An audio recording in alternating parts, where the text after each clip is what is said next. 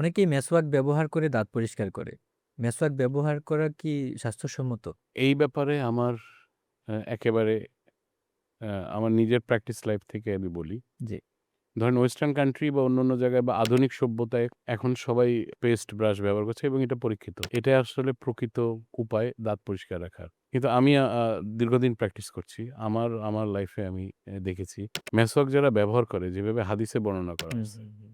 ৫ বার নামাজের আগে মেসওয়াক ব্যবহার করা হয়। এদের দাঁতের সমস্যা আমি খুবই কম পাই আচ্ছা।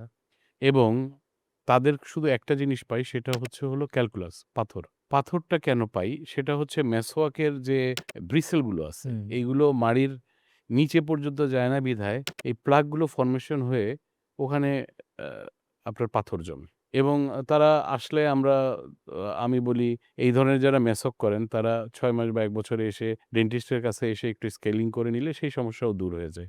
উদ্ভিজ যে মেসোক গুলো ব্যবহার করা হয় সেটা স্বাস্থ্যসম্মত কিনা আমি জানি না। কিন্তু হাদিসে যেভাবে বর্ণনা করা হয়েছে, যে ডাল সম্বন্ধে বর্ণনা করা হয়েছে, আমি নিজে যখন ওমরা করেছি, ওখান থেকে ওই ডালগুলো আমি সংরক্ষণ করে আমি নিজে ব্যবহার করেছি।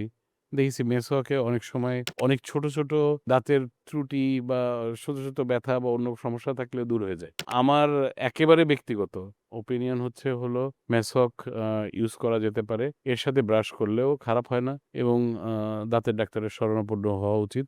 প্রপারলি স্কেলিং করে নিল ৬ মাস বা বছরে ১ বার। তাহলে জিনজিভাইটিস বা অন্য যে ক্যালকুলাস বা পাথর জমার যে সমস্যাগুলো আছে সেগুলো দূর হয়ে যাবে।